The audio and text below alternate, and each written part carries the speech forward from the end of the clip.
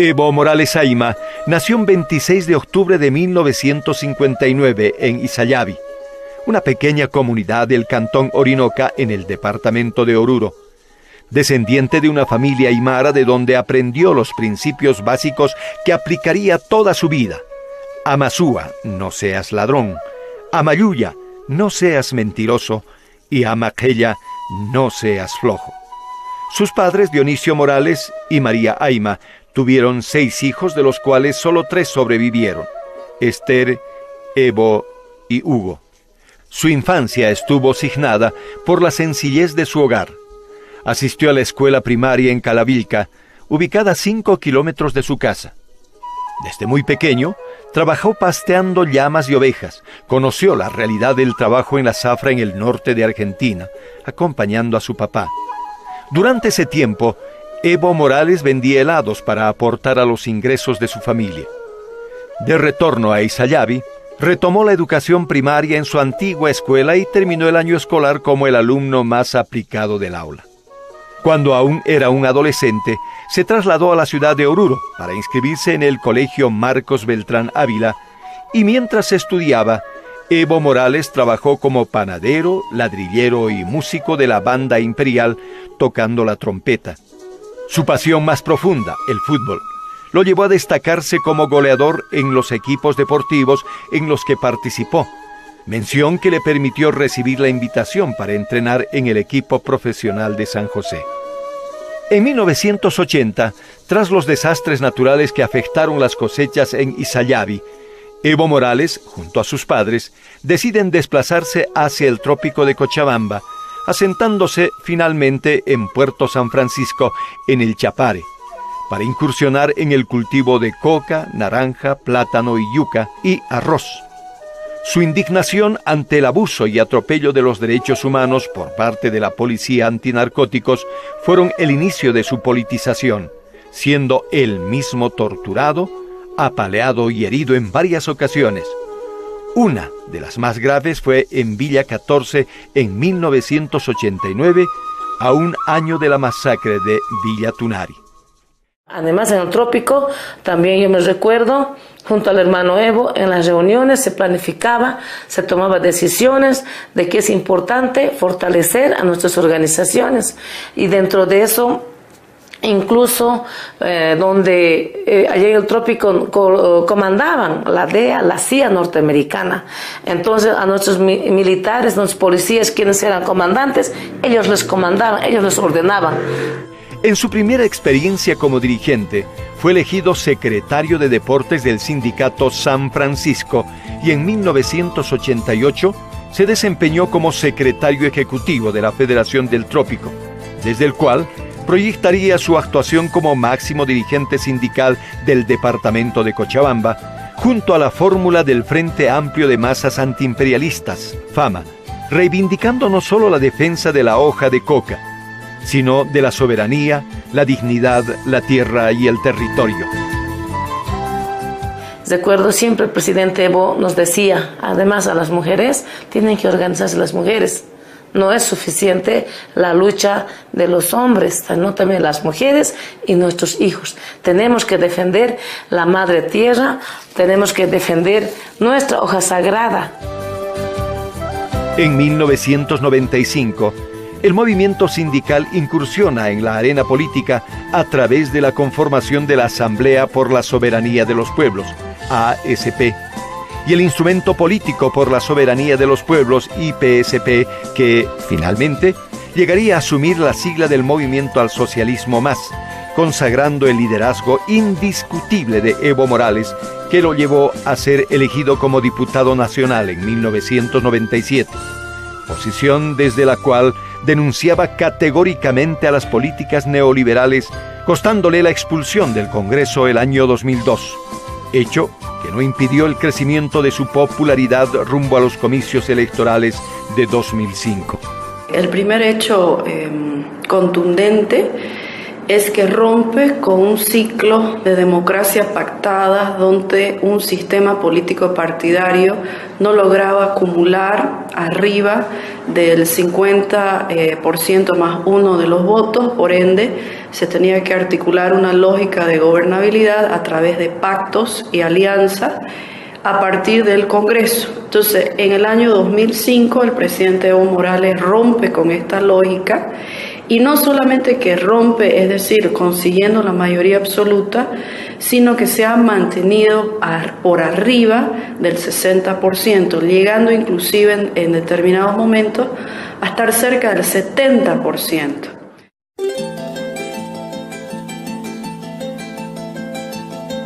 Con el triunfo democrático, Evo Morales recibió el 54% de la votación ciudadana, abriendo paso desde el 22 de enero de 2006 un nuevo tiempo de esperanza para el pueblo boliviano, de retorno del equilibrio del Pachacuti, asentando uno de los hitos sin precedentes en la historia. Evo Morales asume el poder y se constituye en el primer presidente indígena de todos los bolivianos. Cumpliré con mi compromiso, como dijo subcomandante Marcos, mandar obedeciendo al pueblo. Mandaré Bolivia obedeciendo al pueblo boliviano. Muchísimas gracias.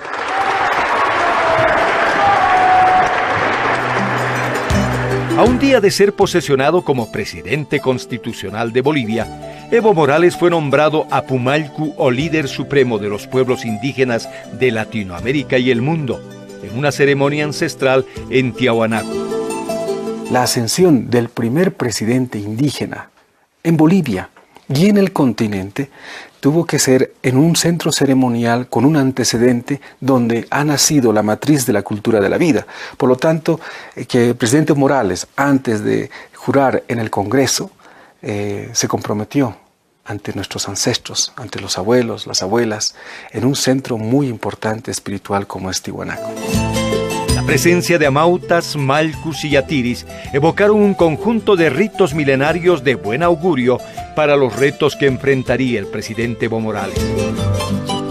A los 100 días de gobierno, el presidente Evo Morales aplicó una decisión política absolutamente estratégica que definió el destino y la sostenibilidad de su gobierno. El 1 de mayo de 2006 se hace realidad la nacionalización de los hidrocarburos bajo la premisa "Queremos socios, no patrones, de nuestros recursos naturales". Nuevamente son las decisiones como el de la nacionalización. Yo recuerdo el año 2006, todos los sectores especialmente empresariales, oligárquicos, que se oponían a la nacionalización y que auguraban que iba a fracasar porque no iba a venir un centavo más de inversión extranjera para el petróleo, que no auguraba más con ese tipo de medidas. El presidente Evo tomó la decisión y ese fue la piedra angular. Con la nacionalización se establecieron nuevas reglas de juego. El 18% del valor destinado a las empresas petroleras y el 82% para el Estado boliviano.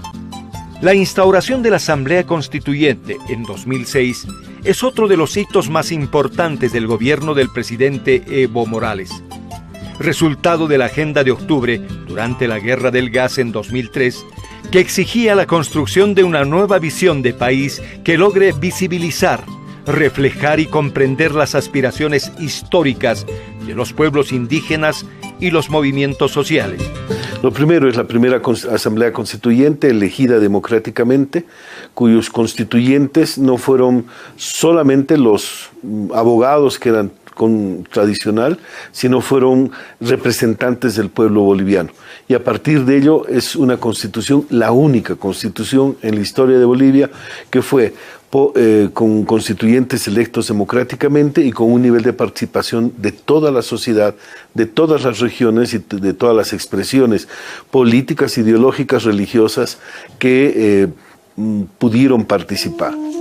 Durante este complejo proceso constituyente, el gobierno del presidente Evo Morales tuvo que afrontar uno de los retos más álgidos: superar la amenaza del separatismo causada desde los sectores más conservadores del país, asentada especialmente en comités cívicos regionales de los departamentos del sudeste del país denominados como la media luna, que amenazaban la viabilidad del proyecto revolucionario que se encontraba en proceso de construcción. Estos intentos desataron situaciones conflictivas y violentas en varios puntos del país. Con todas estas dificultades, el presidente Evo Morales resultó triunfador en el referéndum revocatorio de 2008 y fue ratificado con el 67% de apoyo popular. La lógica política en esos momentos era la conformación de bloques políticos que estuvieran articulando visiones de país a través de la articulación de este nuevo proyecto de estatalidad con el Estado plurinacional. El presidente Evo Morales logra articular una legitimidad que va más allá de un tema electoral. La aprobación de la nueva Constitución Política del Estado en 2009 abrió paso a un nuevo capítulo en la historia nacional con la refundación de Bolivia como un Estado plurinacional que redimensiona definitivamente una nueva forma de entender el país con respeto a la diversidad y la igualdad entre todos. La nueva Constitución y el Estado plurinacional lo comienza a poner el Estado, sus instituciones, sus representantes en sus expresiones vivas y naturales. La aplicación de políticas de redistribución del ingreso es parte del compromiso firme para la transformación social y hacen posible la otorgación del bono Juancito Pinto, el bono Juana Zurduy y la renta dignidad. Medidas económicas como el incremento salarial y el doble aguinaldo son los efectos positivos que reciben los niños, las mujeres, las personas de la tercera edad y los trabajadores gracias al inédito crecimiento económico alcanzado durante el gobierno del presidente Evo Morales y que ubica a Bolivia como la tercera economía más pujante de Latinoamérica. Bolivia es el único país que tiene altas tasas de crecimiento ahora con respecto al resto de los países de América Latina que están muy mal por la crisis económica que sí les ha afectado, y Bolivia sigue en esta tormenta como un barquito navegando y avanzando.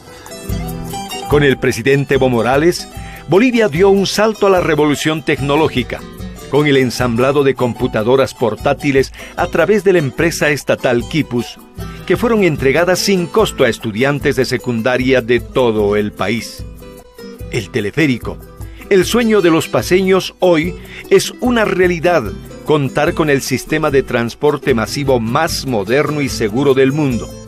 Y el satélite de telecomunicaciones Tupac Katari, que otorga servicios de telefonía fija e internet a más de 1 millar de poblaciones rurales, además de beneficiarse con los programas Telesalud y Teleeducación, sin la necesidad de trasladarse a las ciudades.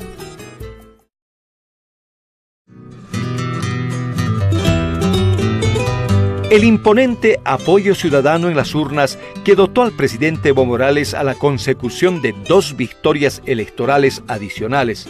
En 2009, ratificado con el 64% de la votación, y en 2014, reelecto con el 62% de los votos, le otorgan la posibilidad de convertirse no solamente en el jefe de Estado que más años gobierna Bolivia de manera continua y democrática, sino en el mandatario que mayores beneficios ofrece desde el Estado a la población boliviana.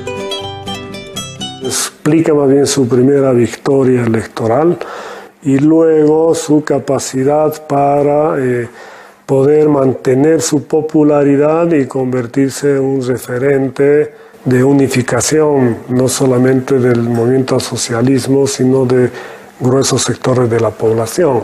El compromiso con el país es la gran cualidad del presidente Evo Morales. En las Naciones Unidas y en el mundo se ha planteado varios puntos. 1, el Día de la Madre Tierra. El agua como derecho humano. Y los derechos de la Madre Tierra. Despenalizar el acullico, que es algo fundamental y trascendente en la historia de los pueblos indígenas originarios. Promulgar como principios de las Naciones Unidas el Amazúa, Amayuya, Amaqueya. Y además mostrar al mundo que la fuerza no da derechos. Aspiraciones históricas concretas que, entre otras, se encuentra la recuperación de nuestro derecho irrenunciable de acceso soberano a las costas del Pacífico. Una acción encabezada e impulsada ante la Corte Internacional de La Haya por el mismo presidente Evo Morales y que espera, en los siguientes años, un veredicto mundial que le permita a Bolivia volver al Pacífico con soberanía.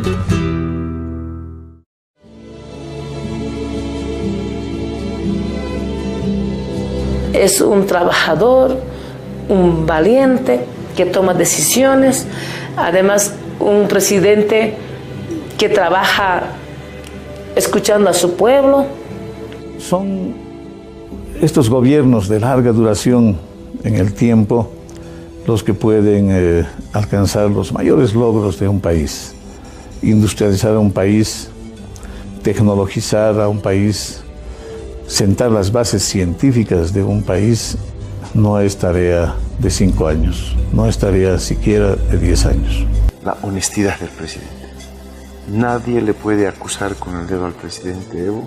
Es un presidente honesto, un presidente que quiere su país y que va a hacer todo para dar y generar el desarrollo, el crecimiento a los bolivianos, a las bolivianas.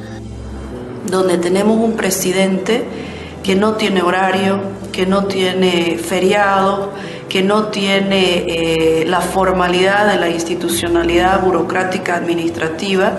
Bueno, un chiquito en el campo le dicen qué quiere ser y te dicen presidente, ¿no? Porque hay todo un imaginario nuevo en el que eso es posible, ¿no? O sea, un indígena cocalero, parte de los sectores subalternos, es presidente del país. Un hombre del pueblo, surgido del pueblo, elegido por el pueblo y que ha respondido al pueblo durante 9 años, ratificado con votaciones, re-ratificado con votaciones democráticamente, es lo que obviamente ha permitido que se articule la continuidad, no solamente en el sentido burocrático, sino la continuidad en el sentido de las acciones revolucionarias. El presidente Morales ha sido elegido por la Pacha, por la vida, y por lo tanto está cumpliendo y está viviendo con los tiempos y los ritmos de la historia y de la vida. Significa que está cumpliendo una etapa muy importante para este proceso de transformación de nuestras vidas.